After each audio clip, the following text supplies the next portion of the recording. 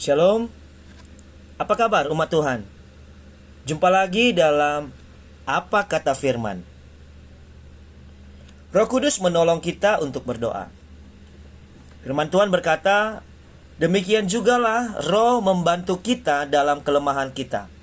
Sebab kita tidak tahu bagaimana sebenarnya harus berdoa. Tetapi Roh sendiri berdoa untuk kita kepada Allah dengan keluhan-keluhan yang tidak terucapkan.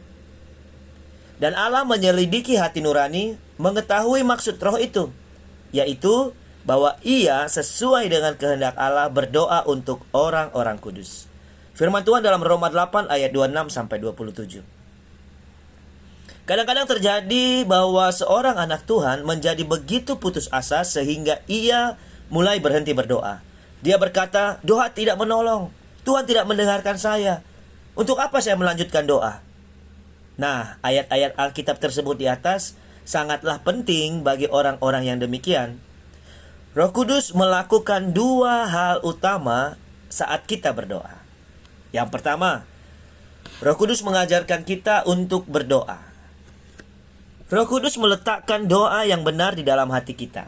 Maka berdoa merupakan pekerjaan Roh Kudus dan bukan pekerjaan kita. Tuhan sendiri melalui Roh-Nya menaruh doa yang benar di dalam hati kita, dan kita kemudian dapat menempatkan doa itu di dalam tahta anugerah Tuhan.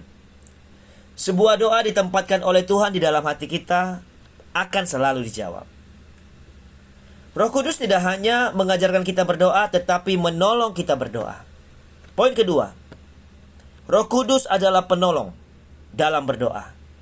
Roh Kudus berdoa dalam kita dan untuk kita. Kristus telah menyucikan kita dari segala dosa kita lewat pengorbanannya di atas kayu salib, sehingga Tuhan Yesus memberikan penghibur, yaitu Roh Kudus. Roh Kudus tidak hanya menghibur kita, namun ia juga memimpin, melindungi, mengajar, dan berbicara kepada kita. Roh Kudus tidak menggantikan doa-doa kita, namun ia mendukungnya. Kita harus mengizinkan Roh Kudus untuk berdoa melalui kita.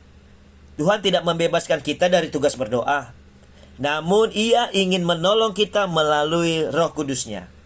Untuk itu kita harus terlebih dahulu mencarinya, maka kita akan menemukannya.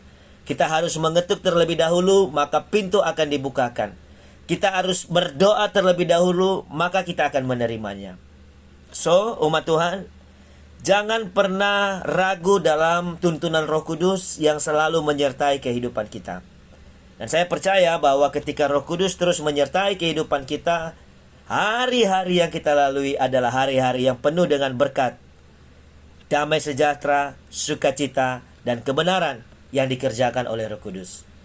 Tuhan Yesus memberkati. Shalom.